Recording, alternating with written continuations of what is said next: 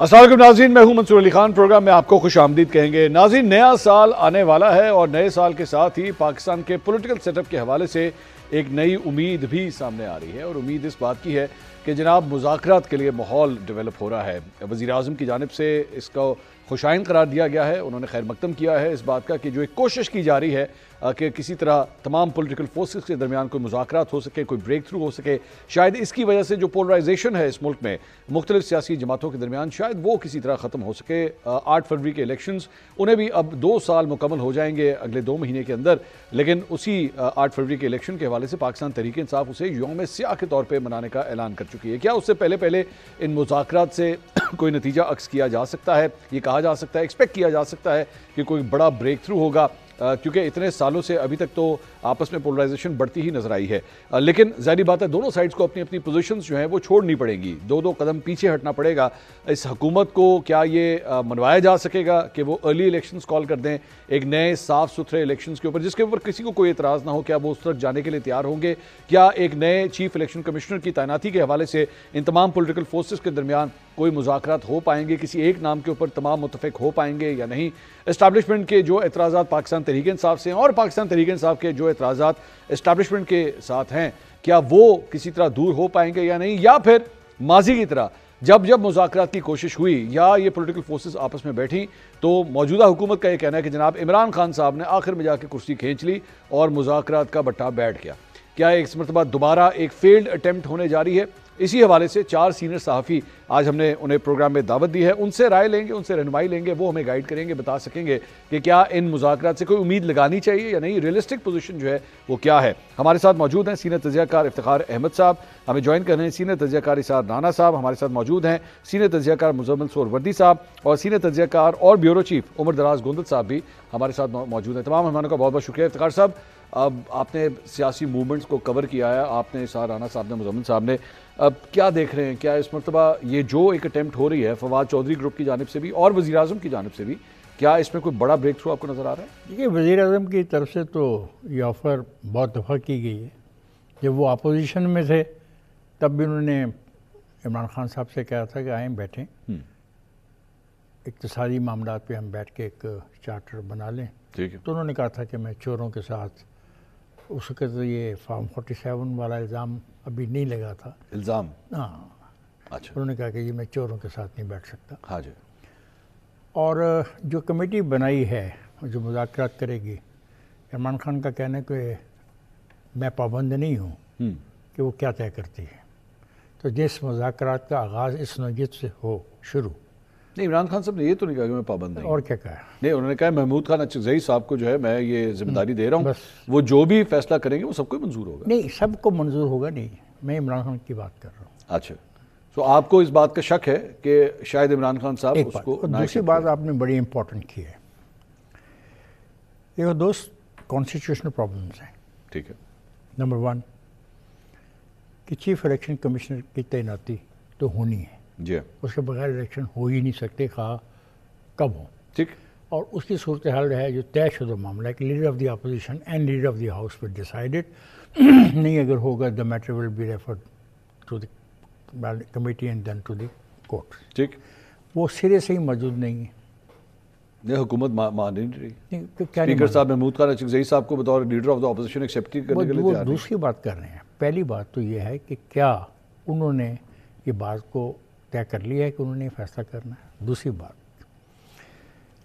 نگران حکومت کا کانسیپٹ جو ہے، جو کانسٹیٹیوشنل ہے، اس پہ کیا طے ہوگا۔ ٹھیک۔ اور تیسری بات، جس کو آپ جیسے جید صحافی فیئر الیکشنز کہتے ہیں، ٹھیک ہے، وہ فیئر الیکشنز میں آپ کیا چاہتے ہیں، اچھا، اور جب ڈائلاگ ہوگا تو اس فیئر الیکشن کے لیے کیا تجاویز پیش کی جائیں گے۔ ٹھیک۔ ایک فیئر الیکشن کا کانسیپٹ ہے کہ اس کو ہم مشینوں کے ذریعے کروا لیں، جو آپ نے دیکھا ان کے دور میں بڑی کوشش کی گئی۔ جی ہاں۔ پھر دوسرا کہا گیا کہ جو غیر ملکی ہیں ان کے ووٹ کا مسئلہ کیا ہوگا، 2 باتیں۔ تیسری بات ہے کہ یہ ساری کی ساری لسٹیں ریڈنڈنٹ ہیں، اس میں جعل سازی ہے بہت ساری، اس کا کیا کیا جائے گا۔